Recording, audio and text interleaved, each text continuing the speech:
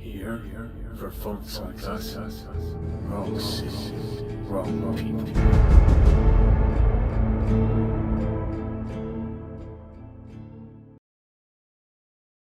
All right, everybody, welcome back to the channel. I am Aesop Grimm, and I hope you're having a happy 2026. I am recording this as of New Year's, so if you catch some excitement in my voice, that's why. For me, this is New Year's. We've officially begun 2026.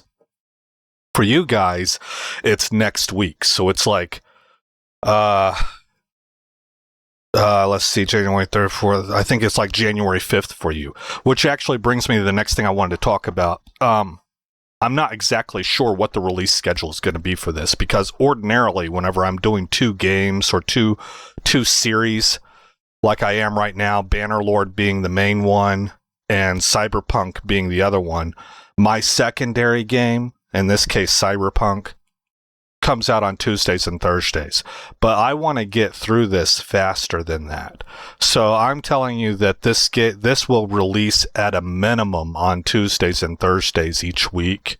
That's the target goal. But I would not be surprised to see it release much more frequently than that. So the idea is right there on the left. You can see we're going to be trying to today, in this episode, we're going to start off talking about the installation of Vortex and Steam and how to get things set up on separate drives. But like I said, it's New Year's Day for me. We just hit 2026. I just watched, I didn't watch it because I don't have cable. So it was ESPN exclusive, but Oregon just absolutely obliterated Texas Tech. That was impressive. And right now, Indiana, the last I checked, was up on Alabama 10-0. So if that holds, and I think that it will, what it'll set up is a revenge match between Oregon and Indiana. Indiana went into Oregon earlier this year and beat them on their home turf 30-20. So Oregon this is a revenge game for them. And that'll be interesting to watch because that Oregon defense doesn't get talked about enough. They forced 4 turnovers against Texas Tech, and really just, I mean, they won 23-0, and it wasn't even that close. They absolutely obliterated Texas Tech. Texas Tech's defense did prove that it was for real because that Oregon offense is for real, and Tech's defense did very well for how many minutes they were on the field. But man, the Oregon defense just all over the Red Raiders. So that's I just kind of wanted to get that off my chest because I'm a little bit surprised. That kind of gives you a vibe for where I'm at right now. It's New Year's Day. You got all the bowl games going. Last night, Ohio State got absolutely stunned by Miami, the Canes, man. I grew up watching the Canes. I'm a Florida State fan, so I kind of hate the Hurricanes, right? I don't really hate them anymore because I'm also a Dallas Cowboys fan. So Jimmy Johnson, Michael Irvin, there for a while they were calling the Dallas Cowboys the NFL version of the Miami Hurricanes because Johnson recruited so many of his former players or drafted so many of his former players there. But as time has gone on, I'm less of a Florida State fan than I used to be. I'm just not really into football in general as much as I used to be. Anyway, enough about that. You guys kind of get the picture, but I am trying to paint the picture that for me, this is New Year's Day, and everything is kind of exciting, and we got all these football upsets going on, and it's just kind of neat. I'm wanting to paint the picture for some of you guys to remember what it felt like whenever you were getting this news, if you're into that kind of thing. So let's get to talking about Vortex. Actually, we're going to start with Steam. Okay, so for Steam, and I'm not going to, I didn't do any preparation for this at all because I want you guys to actually see the whole way that I do things. And let's see if I can get this thing up. Yeah, there we go. There we go. Okay. And for me, for whatever reason, no matter how many times I do this, I just kind of always have to go back to the internet. So if you're wanting to know how to install your Steam library on another drive, it's real simple. In fact, I think I could walk you through it just on memory alone, but let's do it the way that I normally do it. You bring up the internet and you just simply type the question in. How do I install my Steam library on another drive? And you got forums that you can go to, but the AI will give you an answer right here. To install your Steam library on another drive, open Steam, go to Settings, Downloads, Steam Library Folders, and click Add Library Folder. Select Let me choose another location to manually navigate to the desired drive and folder. Ensure the selected folder is the main Steam library directory, e.g. the folder containing the Steam Apps folder. Ensure the selected folder is the main Steam library directory. Yeah, so it should say Steam library, I believe. Not a subfolder within it. After adding the new library, you can set it as the default drive via the three-dot menu when installing new games. When installing new games, you can choose the new drive from the installation location dropdown. Okay. And then it gives you a blurb on how to migrate existing games over. And it just step by step walks you right through it. So let's bring this up. Let's go to Steam Settings, Downloads. Now I'm telling you, let's verify that it said Downloads. Steam, go to Settings, Downloads, Steam Library Folders, and click Add Library Folder. It got this wrong. This is why you have to sort of chaperone AI. It's not the Downloads folder. Let me see if this is going to make me a liar. It is Steam Settings, Storage. Okay. You open up this. Now for me, it's already on my G drive. That's where I want it. And I have it set to be my default. But if I wanted to, I could click Add Drive. All right, right here, I would just go through and select where I want it. Let's say I wanted it on F. I would click Add. I'm going to cancel it. Whenever I did that, it would add it. It would be in this menu. Then I would select right here, whatever, just you would pick whatever your new drive was. I'm just showing you as I took C drive because that's not my favorites now. You would right click it. Oh, it's right here. The three-dot menu, make default. Okay, so hopefully that made sense to everybody. Let's do it one more time. Let's close this out. You go Steam, Settings. You do not go to Downloads like the AI told you. You go to Storage.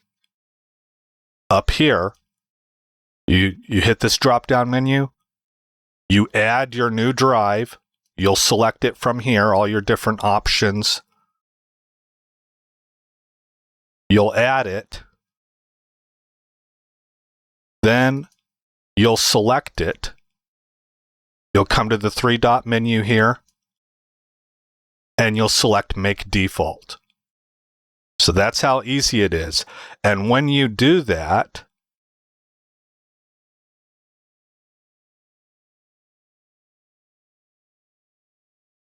what that will do for you is if you go there, you should see this Steam library. And now it's set up just like it would be. There's Steam apps, there's common, and there's the games that you have installed. So it's as simple as that. Now for Vortex. For Vortex, you're going to bring up an internet page. Just type in Vortex Mod. Look, if you type in Vortex, that's a cool enough sounding name that companies have named themselves that. Vortex Optics, right? Vortex Global. So you want to type in Vortex Mod. And here it is, Vortex Mod Manager. You're going to click this. Now, you would not have to do this, but I'm going to show you a step because you're going to have to do it eventually anyway. What you're going to do is you're going to sign in. You're going to create yourself an account. All right, I'm already signed in. And I want to repeat, to get Vortex itself, I'm almost positive you don't have to be signed in at all. So you don't have to do this step. But you're going to have to do it to download mods. So you might as well do it right now. Create yourself an account, go through all the things that you have to do there, the email verification and all that. And then you're going to come here, you're going to hit download the latest version now. It's going to bring you to this page. Notice that we are automatically in the Files tab. In the future, when you start searching for mods, you'll be in the Description tab. And if you want to download them, you need to go over to the Files tab. And then you're going to hit Manual Download right here. It's going to tell you, these are the prerequisites. The mods that you go to get will also do this for you. It's a really nice feature. If you already have these, if you know that you have them, you don't have to click on these at all. But if you don't know, you can simply bring them up in another tab, right? See, it automatically wanted to download it. Now, I've already got it, so I don't have to do that. But I middle mouse clicked on this in order to bring up another tab. Let me try it with this one. Right there.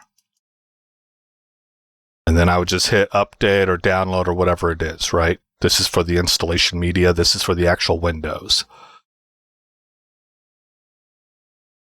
And I would grab, this is going to be most applicable when you're actually putting mods in for Cyberpunk. They'll have a list of prerequisites and you'll open up the ones that you don't have and you'll download those. But if you already have everything, you just simply hit download right here. It's going to bring you to this page. And if you don't have a paid account, you'll just hit slow download. Now, I've already downloaded Vortex, so I'm not going to do it, but it'll give you a 5-second countdown. And then, bam, it'll download it, and you'll see it pop up over here. And wherever you have, you can select where it'll download to. I usually bring it to my desktop. And then you will go and you'll install it. You want to install this on your main operating system drive, your C drive. For most of us, it's the C drive. After you do that, you will open up Vortex. Where is it? Oh, I have it. It's an icon for me. Yeah, here it is. You will open it up. I'm going to mute Mike so I can get a drink, guys.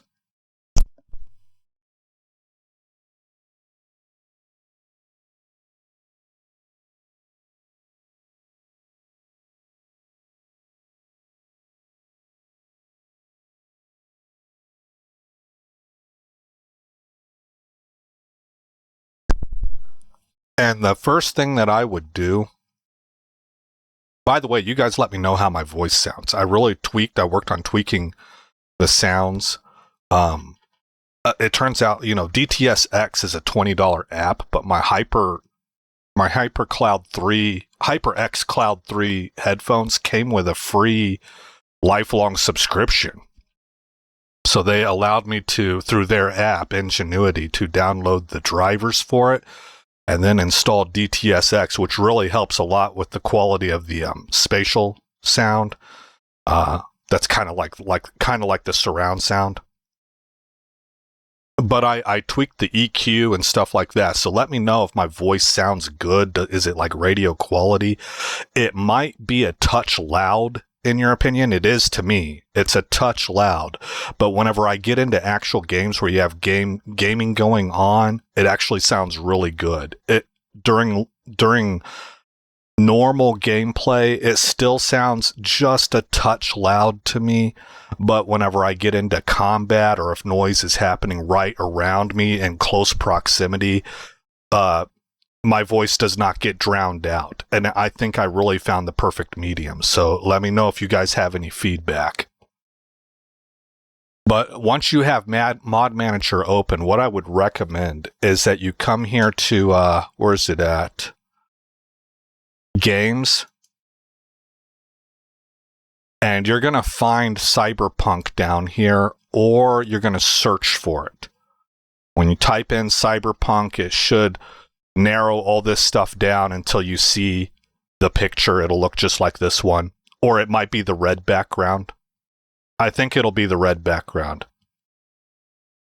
You're going to click that.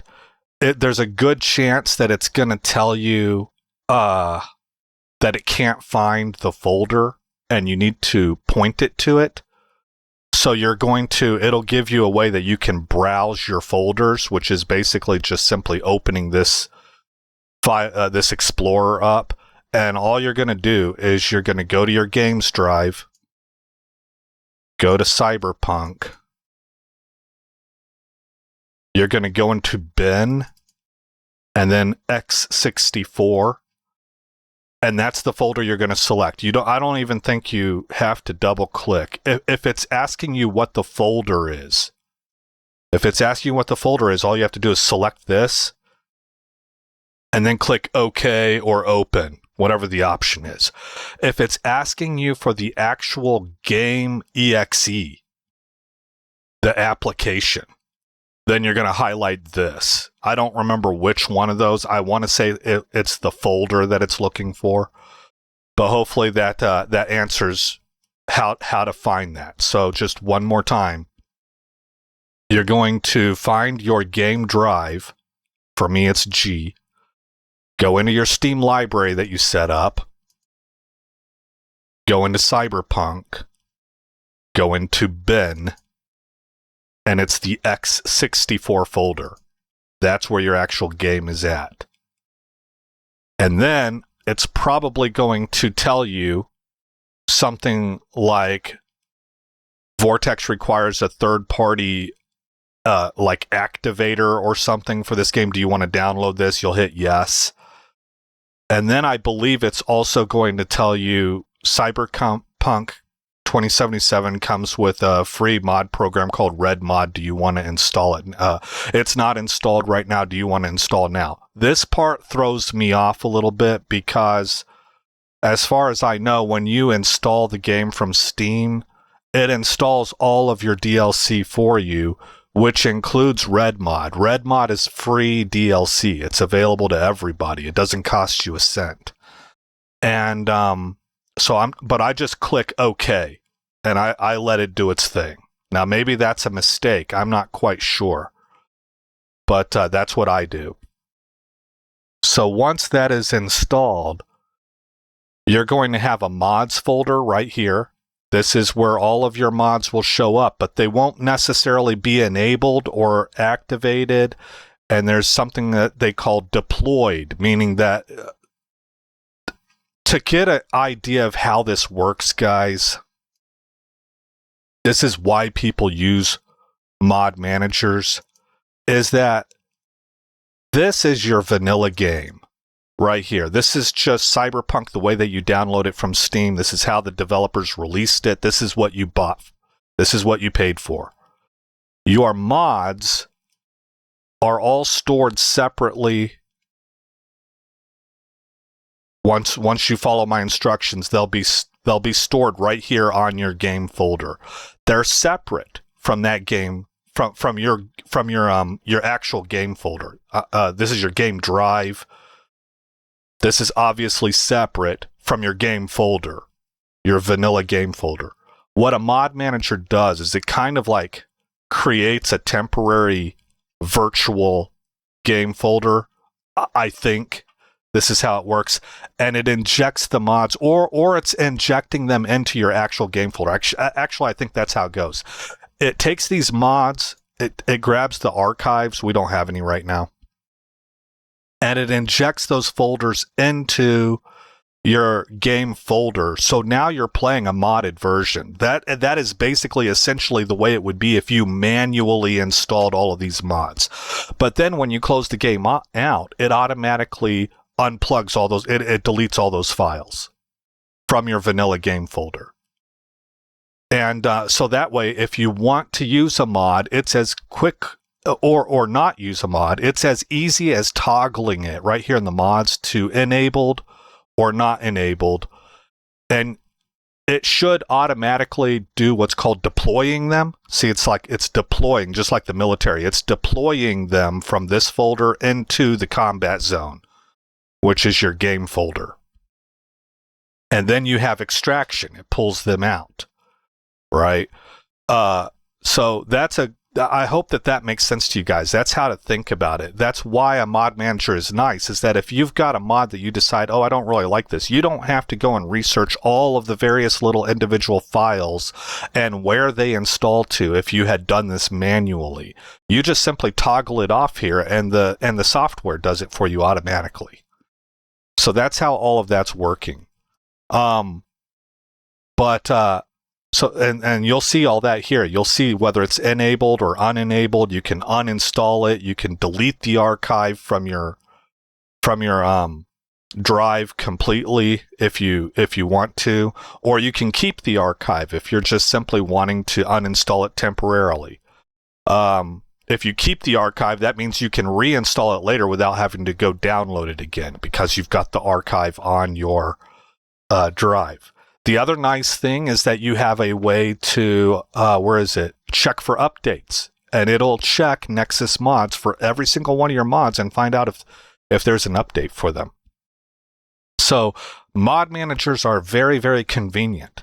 In most cases, let me put it this way. In most cases, Voretex will automatically put them in the correct load order.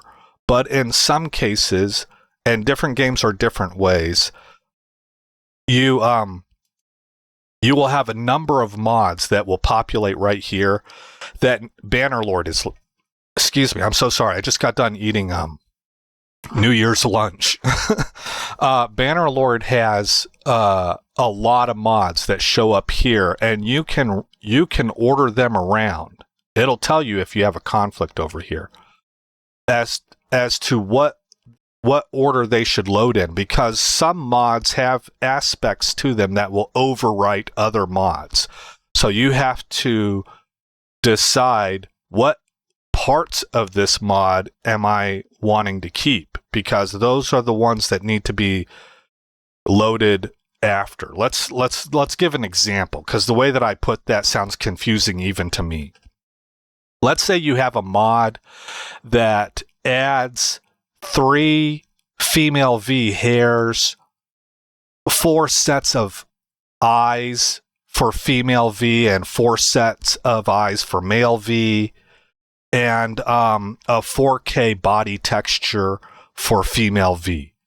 And let's say that you have another mod that applies a different 4K body texture for female V. Okay, that other mod that you downloaded that was explicitly, the whole reason you got it is because it's the skin texture body mod that you want. That means you're going to want to load it after the one that has the multiple items in it. When you do that, the first mod that you put in, you're going to get the hair, you're going to get both sets of eyes, but the second mod you put in that loads after it is going to overwrite the first mod's skin texture. Now, hopefully that example really spells it out. That's what load order is all about. So you want to get those in the right order. Normally there's guidance out there and stuff like that, but occasionally, and depending on what game you're playing, you'll have a load order here that you can do. Vortex is pretty darn good in my experience of just automatically sorting that for you. And I think there's even right here, I think you can hit load order and it'll do it for you. Right, but in some cases, you're going to have to come in here and manually do it yourself. Normally, the mods will tell you, hey, if you're working with this other popular mod, make sure this one loads last, stuff like that. But that's an explanation of what load order is all about and how it functions. I never use collections, so I don't really know how to take advantage of this. But what we're going to do now is we're going to set this up so that the mods install onto the same drive that I put my Steam game files. So to do that, you got to go over to settings, and you're going to come over here to, I believe it's download. Let me check mods. Oh, it was mods. Now here's the mods staging folder. You can hit suggest, but it's going to try and open it up on your C drive. What you want to do is you want to open this little file thing right here, and you're going to navigate to your G drive.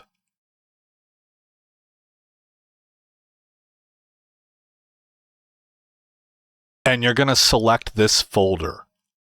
Now, here's where I could be remembering wrong. We're going to check this out on the internet for a sanity check.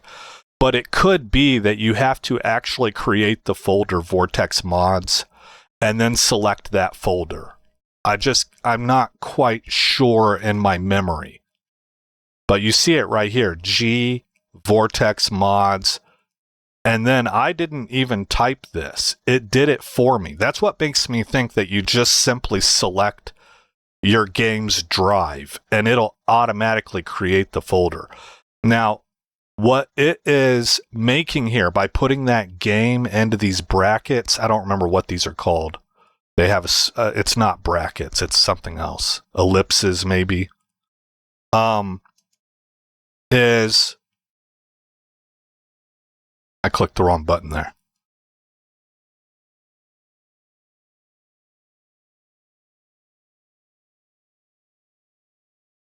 If we go in here, we have a Cyberpunk 2077 folder. I didn't make this. This did. And the way it did that is by putting game in. Whenever it writes this code here, ellipse, open ellipse, game, close ellipse, that is letting it know that it wants the software.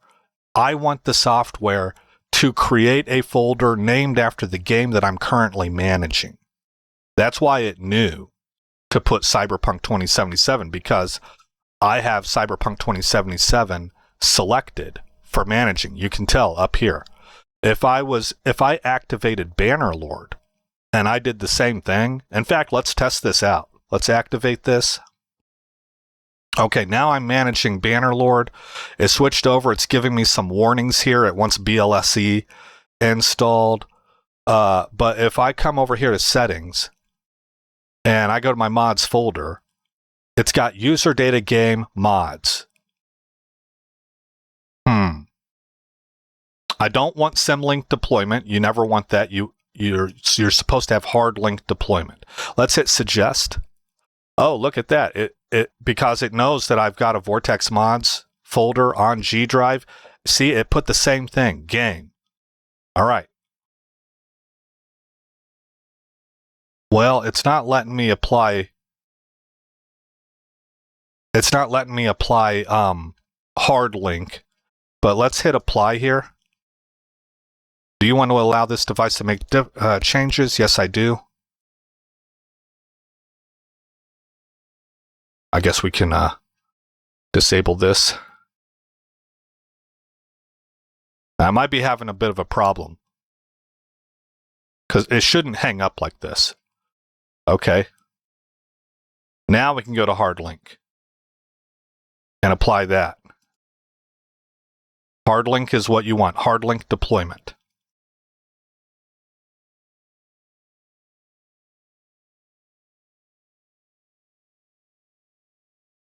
All right, let's go check it.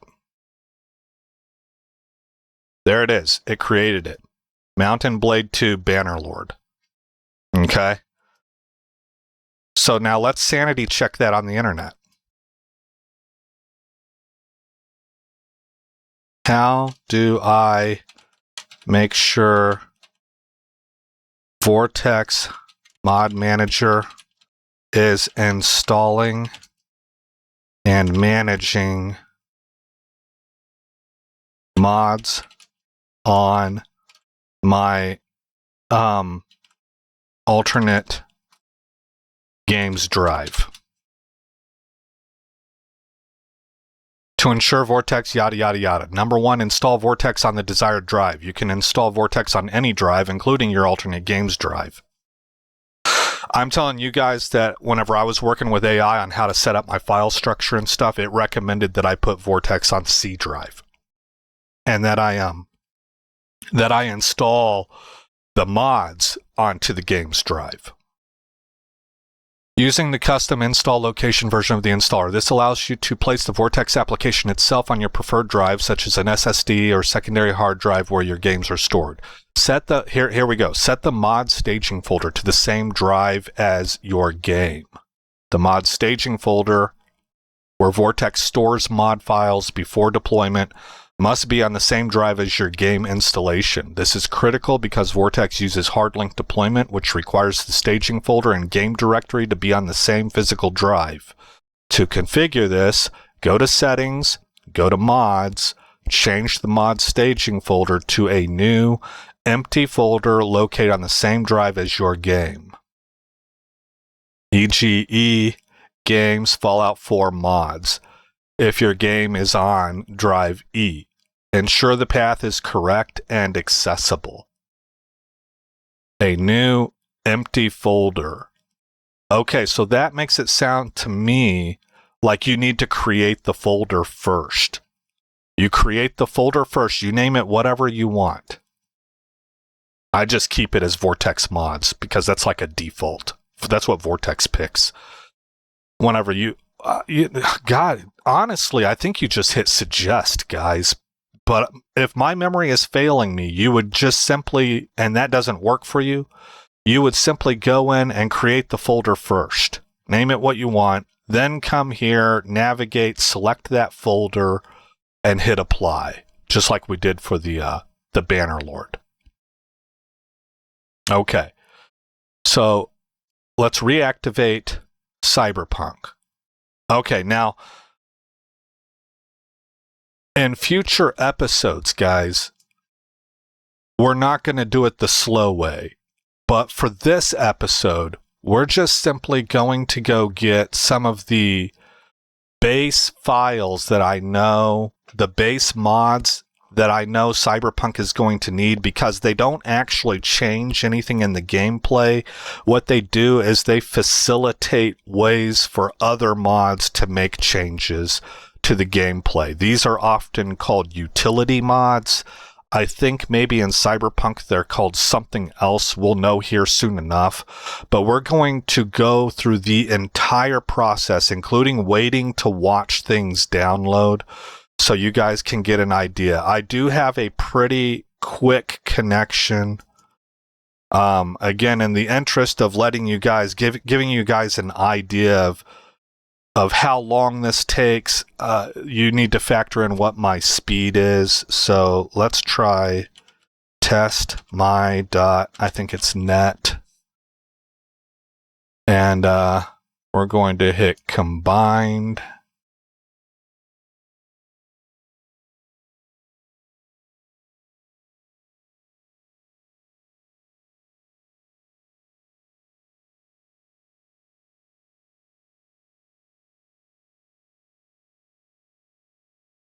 Now, some of you are going to be much, much faster.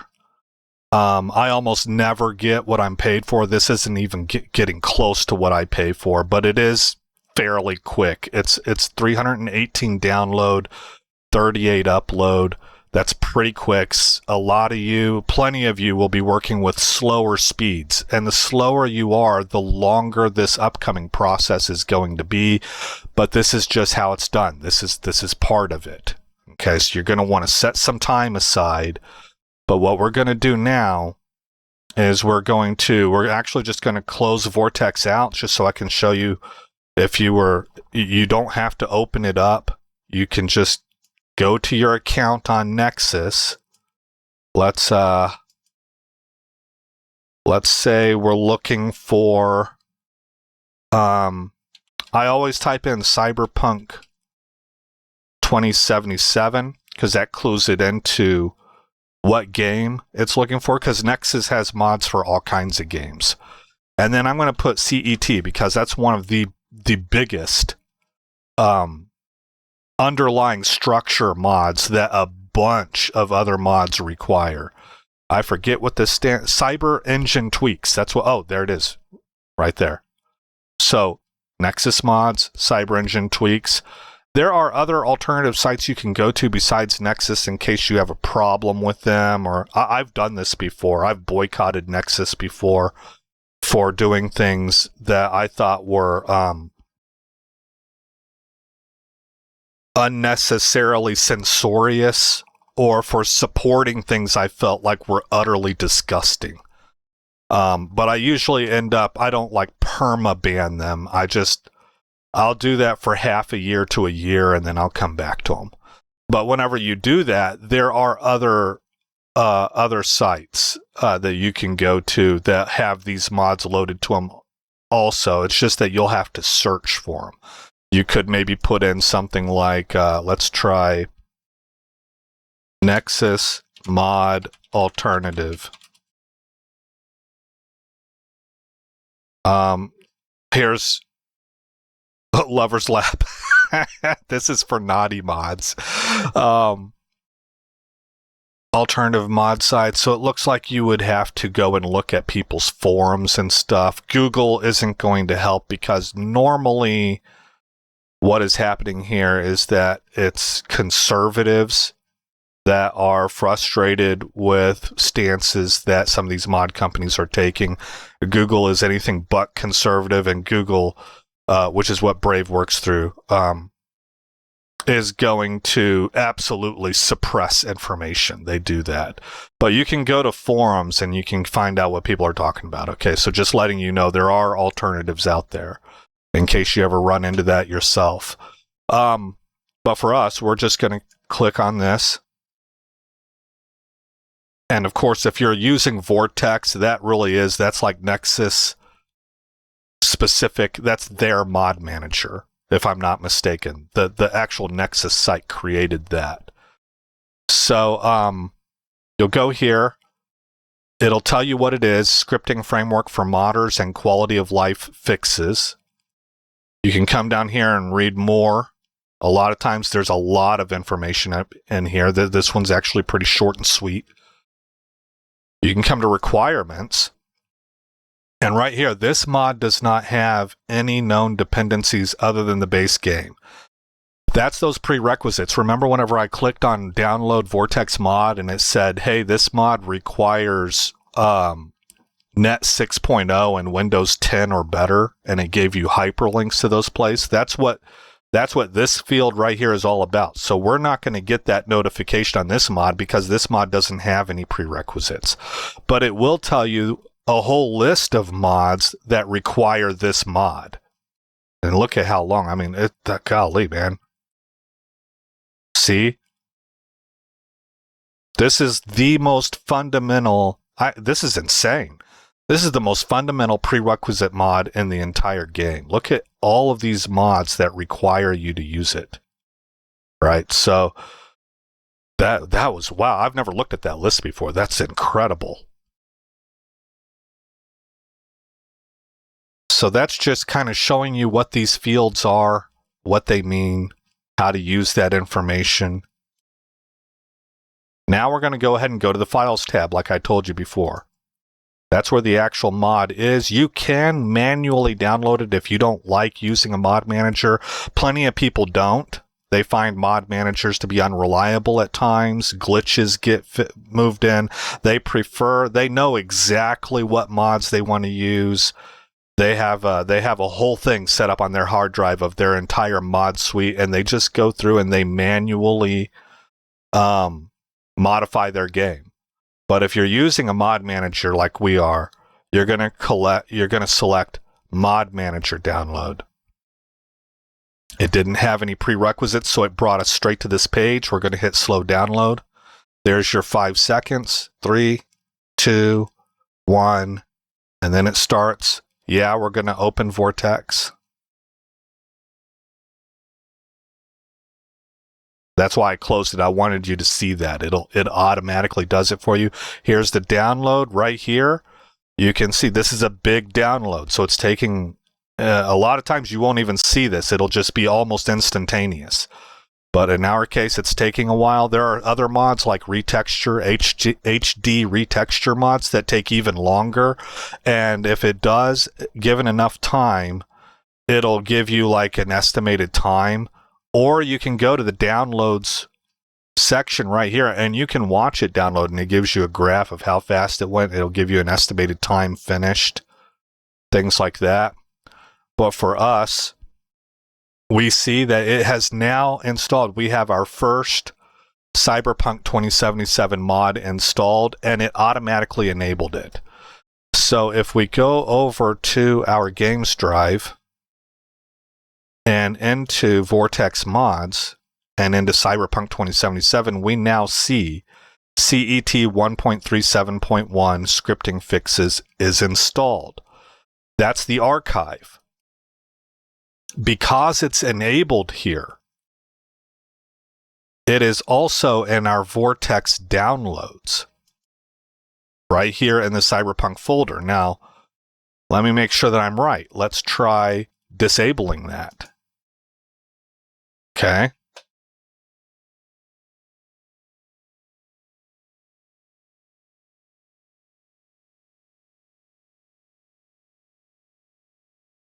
Well, I was wrong. I expected it to disappear from there.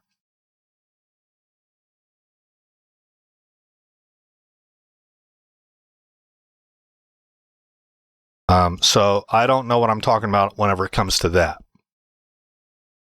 We'll re-enable it.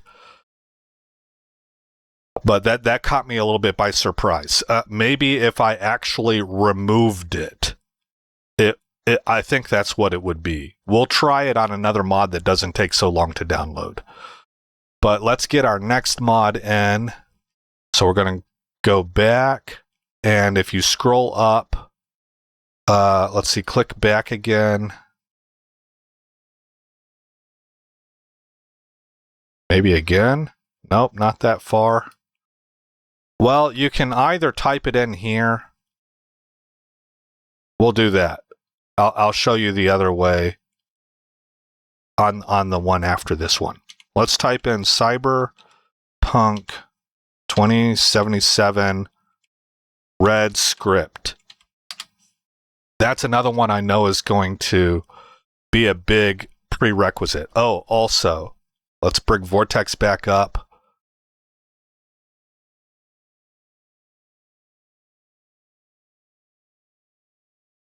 It doesn't tell me the category of mod that it is.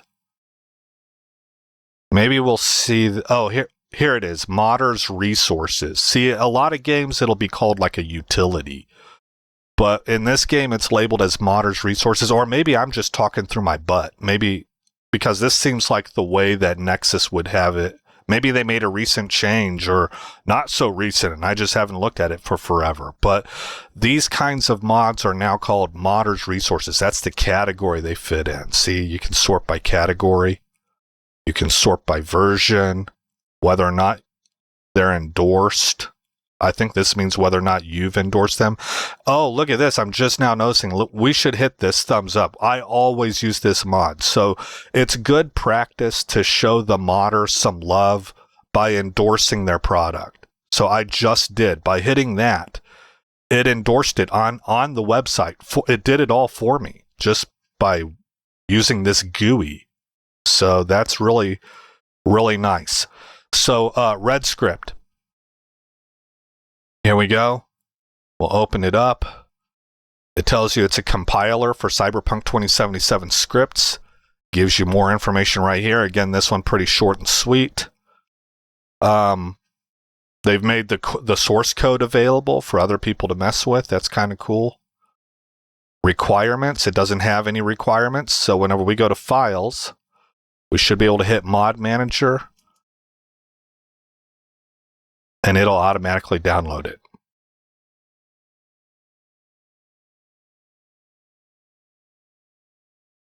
I think Vortex is already open, so I don't know why it gave me that. I do have an option to tick, never tell me this again. Notice that we have a download failed.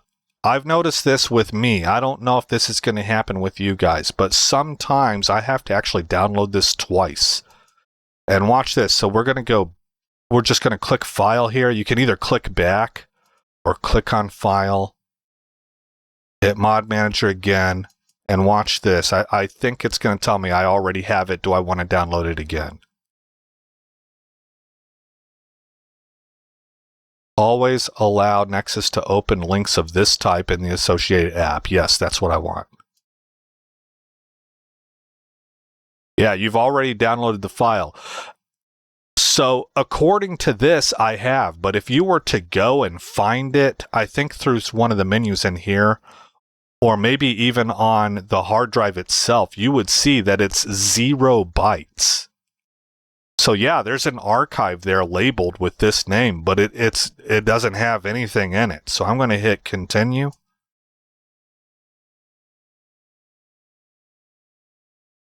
It's going to install it. Now we're going to go take a look.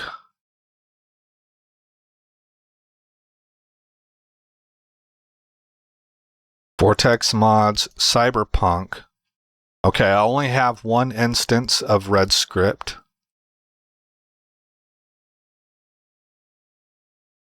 Here I have 2 instances. So see, these are the deployed versions. Notice how this one is 0 kilobytes, right? So I don't know why, but my mod manager does seem to be doing that. I would say semi-routinely. So you maybe want to keep an eye on that. Just for, I guess, house cleaning purposes. Keep things nice and orderly, no duplicate files. I'm going to give it a thumbs up because I use these mods for every single modified Cyberpunk instance I could dream of. I would be using these mods. So I'm going to thumbs up that also. Okay, what's another one? Let's do another one that comes to mind for me is Archive XL. Okay, so you could type it up here just like I did last time, Cyberpunk 2077 Archive XL. Or you could come up here and just click this. And oh, it's not as simple as that. Let me click back. How did I do this? Oh, it's up here. That's what I was looking for. There's the search file right there. And just to be safe, I would at least put Cyberpunk in here. Now that you're on Nexus, I don't think you have to specify 2077. But what you could do is just type in Archive XL and press enter. And this is the one you're looking for right here. Let's see, this is the mod author. Doesn't really tell you what game. Here's some collections that use it. Remember, I was telling you I don't use collections. Well, it might be nice. This is like the fast way. When it comes to Cyberpunk, if you see this adult, don't be too scared off. This is just because Cyberpunk allows you to have nude characters. And so when people make these body mods, they are anatomically correct. You get my drift. But it doesn't mean that they've got any like sex mods loaded up or anything like that. It's rated adult because literally there's nudity. And that's about it. And almost everybody uses a mod. I'm not going to be, but almost everybody uses a mod like that. So a lot of these, see this one right here is not adult. So they don't have any of that stuff loaded up. But both of these are probably messing with the character, what it is they want the 4K textures for male or female to have really nice skin texture because they like to take screenshots. They like to make scenes and pose their characters and tell little stories and stuff like that. And you can take some absolutely ridiculously good-looking screenshots through Cyberpunk's photo mode. And if you've got the hardware, you can make them look awfully photorealistic and stuff like that. So in order to do that, when you're adding that much granular detail, you really need a high-level skin, and those skins are nude. So that's why they tend to be adult. That's not necessarily going to be the case 100% of the time, but it is a lot of the time. All right, so this found Archive XL. But let's say that it was just some kind of a popular generic mod name. That could be true for 6 different games out there. So that's why I like to come up here and I just type in Cyberpunk, because that's a unique enough game that it's not going to get it confused with Skyrim, right? Cyberpunk Archive XL. And then that just makes sure that holy smokes, I actually messed myself up. That didn't work well at all. I guess disregard that. I should have searched just for Archive XL. But if I'm searching up here, I'm definitely putting at least bare minimum Cyberpunk. I'm typically putting 2077 Archive XL. And sometimes I'll put the word mod in there if my first search doesn't work out very well because the name's generic enough that it's bringing up other stuff. But here it is. Okay, so we're going to Archive Extension Loader, all kinds of information here about it, how to install it. This is if you were doing it manually. Requirements. Okay, now see, okay, this is a good example. I was hoping to come across something like this. So Archive XL is going to need RED 4 extension. All right, now we could just go get that because I did my due diligence and clicked on Nexus requirements, and then there it is. Bam. Right? We would go to File and Download. We would check requirements. No requirements. So we would go to File and Download. But the quicker, faster way is to simply not care about this, not do your due diligence. You actually get rewarded for being lazy. You just go to files, you're like, yeah, give me that. Give me that. And it tells you, hey, you need RED 4 extension. And you're like, oh, I don't remember downloading that. You go and you're like, yeah, sure enough, I don't have it. So you're like, okay, I need to get that.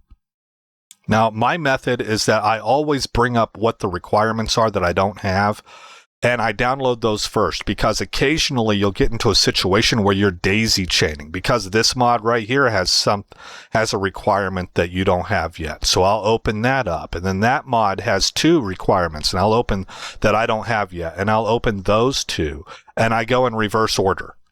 So that's how I ensure that I have all of the prerequisites and I don't have to keep things sorted out in my head. I'll just open all the prerequisites as I come across them, as I daisy chain through, and so, there's times that I've had 8 tabs open, and then I download them in reverse order.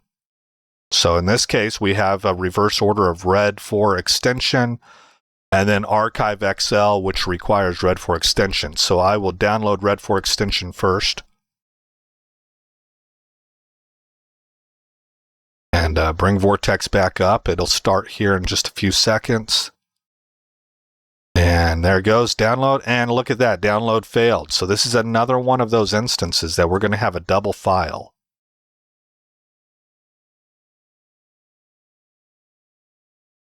This is a little bit annoying because of the forced delay, but it's not that much to deal with. I'm going to confirm, yes, I do want you to do this. It failed again? Okay, there's something weird going on here. Let's try it again.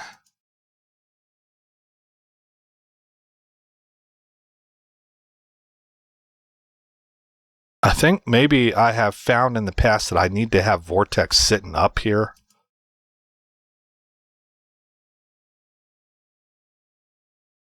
Okay, that time it worked. Let's clear this out first just so I don't forget it. Here's a 0. Delete that. See the zeros over here? These are fake downloads. Okay, let me explain this real quick, just in case you guys are running into the same thing. It may have something to do with the fact I'm using Brave browser. In order to get the privacy that Brave offers, you have to accept some quirks sometimes, so that's a possibility. But basically, what happens here, this is where I'm actually getting a benefit out of doing it the slow way because it gives me time, is that whenever I click slow download here, I want to Alt-Tab and have Vortex up before it automatically brings it up because it started its download. I hope that this makes sense, guys. Something is happening where if this is sitting in the background and it relies on the software to go ahead and bring it up into the foreground, that's causing some sort of disruption and it ends up not downloading. That has been consistently true ever since I've seen this problem occur. My theory on why it's happening, that it's causing it not to download, might be wrong, but my fix action is spot on. It is bang on. Having this up before the software triggers it to come up, just watching it and waiting for that 5 seconds to tick down and the download to start, and you're already looking at your Vortex screen, fixes it 100% of the time. So I don't know everything going on there, but that's the fix action. So now that I've gotten Red 4 extension, we will now click download for Archive XL. So see, we're going to hit slow download and I'm going to Alt-Tab. And now I'm just waiting for it to start. Don't make a liar out of me. Download successful. Oh, it made a liar out of me. Okay, well this time, remember the last time it failed like 3 times?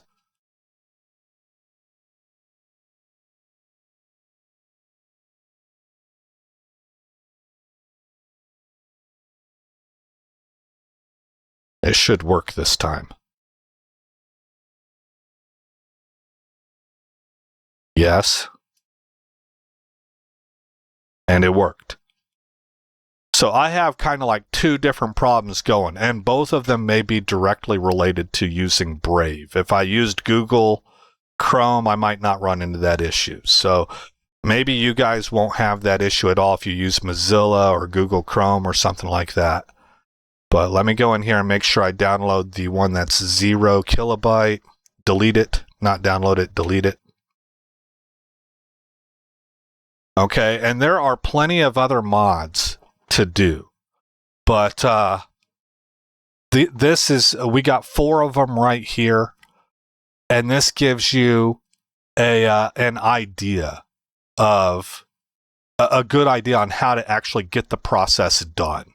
Okay, now in the next episode, I'm going to go ahead and, well, I can't really actually think of the other mods I need, but in the next episode, we'll start. Let's see, what are we going to work on first? I think we need to work on visual first. Yeah. Yeah, so what we're going to do is in the next video, I'm going to show you a YouTube showcase video of a hyper-realistic looking Cyberpunk that I was thinking to go with. Actually, I'm going to show you 2, because there's one that's a paid version that's just amazing. And we're going to take a look at that, but I might try it in the future, maybe, but I don't think I have the machine to play that heavily a visually modified Cyberpunk, along with a heavily gameplay and like more traffic, more people, busy, bustling Night City modified version at the same time. I don't think I have the machine that can do that. And I'll talk more about it in the next video. But then we're going to look at a second version that is a free, non-paid, also hyper-realistic looking. It's a little bit different. It's not quite, it doesn't have some of the nice, I guess, like gimmicks to it or quirks. Certainly not the depth of field of the paid version. But for it being completely free, it looks real nice. But it uses reshade, and I have found that my machine works a little bit better if I'm not using reshade. I'm already pushing the heck out of this. Remember, I have to record at 1440p at fairly high quality settings at the same time on the same machine. So I'm really, really pushing my rig hard. So I need every frame I can get, which is one of the reasons, while we're on that, why I might not keep this desktop setup. This desktop setup I have is very low impact, but it requires me to have a whole bunch of stuff running here in the background. And I might have to get rid of that just to get an extra frame or two and just go with a static image that doesn't require any of this software working in the background. See, like this one right here, this is what causes my, see how Vortex is written in black right here on this icon? It makes it, instead of being white, it makes it whatever color you want it to be. I chose black because that's what helps it blend into the background so that my icons just look like icons with no lettering. And then it also helped me to, I think it also helped me to resize them to be really small like that. That might have been my own doing using Windows. You can do that, by the way, if you, I think it's if you hit Control and mouse wheel. Yeah, see, mouse wheel down, it shrunk it a little bit. See how they changed? If you click on your desktop, you hold the control button and you use your mouse wheel, you can manually resize your icons. That's how that works. So I resized them to look like they're fitting over this bar here. So anyway, you know, you guys get the point. I'm going to be pushing my machine real hard, so I don't think I want to use reshade, but we're going to bring that up as an example just so you guys can see how it's done, and I can point you to the video of the guy who, if you want to use his reset, if you want to use his setup, the mods that he's using, and his reshade, we're going to take a quick gander at that, but then we're going to immediately get rid of the reshade mods, and we're going to go to just straight up looking at LUTs, what's called LUTs. We're going to especially Nova and maybe a little bit of Gits. Gits is Ghost in the Shell. And we're going to be looking for the kind of look I want. And I think I already have a really good idea as to what I want, but there are some mods we can get that will allow us to change the LUTs in game, which will create different lighting scenarios. And that's going to be a bear of an episode because there's going to be a lot of mods that we have to download. There's going to be some prerequisites that we got to grab, stuff like that. But that's it. That next episode, and it might be more than one episode, is going to be us looking at visually modifying the game to get the look that I want. Trigger warning, because I know there's some of you out there. Some people, let's not throw shade. They're actually kind of like, they have a good argument. The word's not moral, but like, let's say artistic integrity. They have a sound artistic integrity argument. What it is that there's a group of people that when it comes to the cyberpunk genre, they like really, really vibrant, oversaturated colors. They want the streets absolutely drenched in neon. And the reason that they have a really, really good argument is that really is the whole genre. If you go all the way back to Blade Runner, we're talking early 80s. Every movie you watch, from Blade Runner to the more modern Blade Runner 2086 or something, I can't think of any other Cyberpunk movies. Ghost in the Shell. That was a really good movie, man. I remember watching that way back in the day when it first came out, and I thought, like, it was all right. Well, that's because I didn't really know anything about the cyberpunk genre. Now that I know a lot more, that game's farting awesome. Or not game, but that movie. Really, really well done. Ghost in the Shell. I can't think of that chick's name. Scarlett Johansson. Johansson. I think that's how you pronounce it. Scarlett Johansson is in that movie. But all of those movies, very vibrant, very neon saturated, right? Well, I am telling you, and maybe it runs in the family because I am definitely like this, and I know at least one of my brothers is like this. We really actually gravitate towards desaturated. We think it looks more gritty, more real life. We do this in other games. We've been doing it for years. I don't always do it, but if I modify a game's look, I always like grow enamored with whenever I think about to kind of play around with things, what a desaturated look brings to the table. Whenever I do these little music videos that I do with video editing and stuff, sometimes I don't think I've done it for anything that I've got up on the channel, but I know I've done it with other projects I've worked with just for fun as a hobby, offline. And I've desaturated those because it ends up making it to me look more realistic. That's what people that like the vibrancy, they kind of mock that. They're like, imagine just thinking draining something of color makes things look more realistic. Yeah, I don't know what to tell you, man. It's the way that my eyes see it, but that's what we're going to be going with. So if that's a point of frustration for you, I have front loaded you. I'm not going to argue with you about it. I think that you have a really good point. I understand your argument. I think it comes from a good, solid position of artistic integrity. I just don't care about the artistic integrity. I'm playing the game the way that I want it to look, and I don't feel like I owe anybody anything, you know? And so for me, it doesn't clash. For you, it messes up your immersion. That's what I think is happening. You have a certain take and view on the cyberpunk genre, and that's the world you want to immerse yourself into, and it includes one of the telltale marks of it is this vibrancy, and so whenever you don't see it, it breaks your immersion. For me, it enhances my immersion. So we're just, birds of another feather in that department.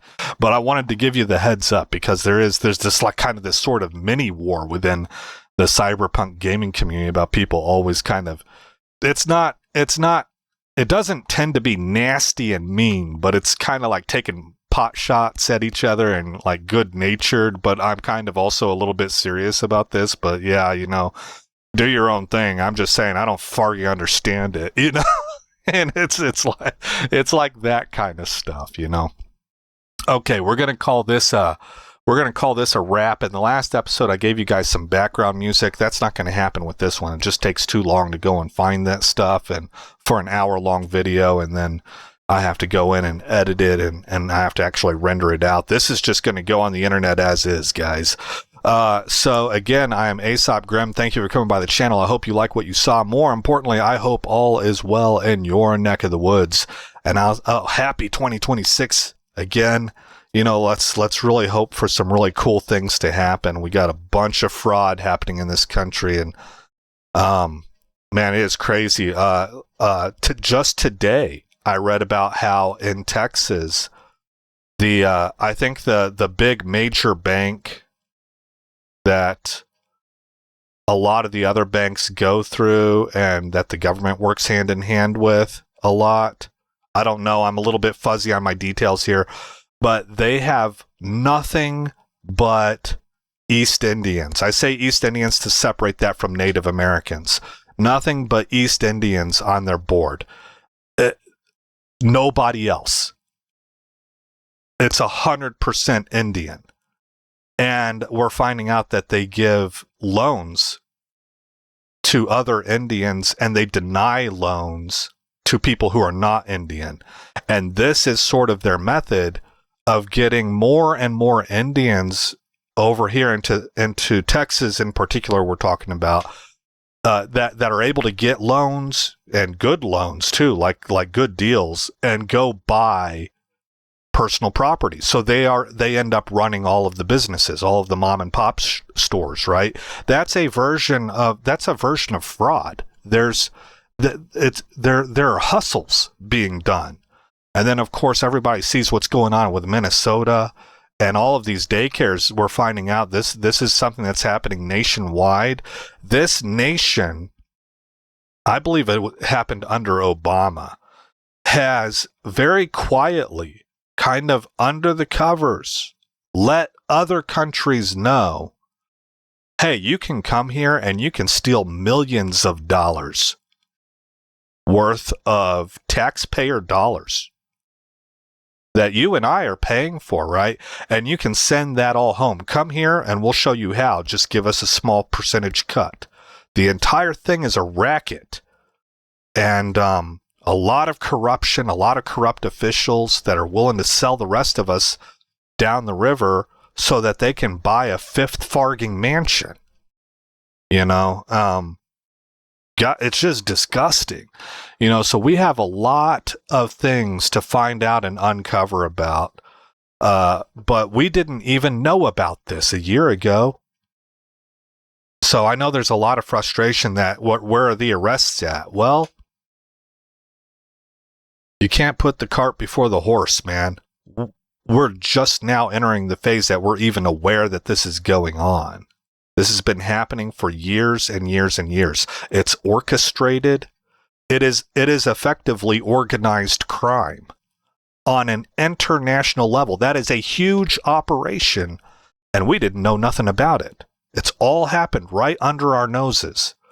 So just simply finding out about it is a big step forward. Now you have to imagine all of the different layers of protection these people have in place, because it's all tied into the actual law of our country. It's tied into it's tied into federal government, state government, local government, courts, lawyers, judges, attorney generals. It's a very, very well orchestrated network. This is a criminal empire being run by people that have been elected into power in years past, that the Trump administration is bringing to light. That this is all being dragged into the light. So that's the first phase of the operation. You cannot pass or shortcut phase one of an operation. That's your entire ground floor. That's your structure. So be patient, stay prayed up, and I think we'll see some amazing things, or I'm praying that we'll see some amazing things in 2026. All right, so let me do my sign off again. Again, I'm Aesop Grimm. Thank you for coming by the channel. I hope you like what you saw. More importantly, I hope all is well in your neck of the woods. And I'll see you in the next episode where this story continues. This place ain't no such thing as civilized. It's man, so in love with greed, he has forgotten himself and found only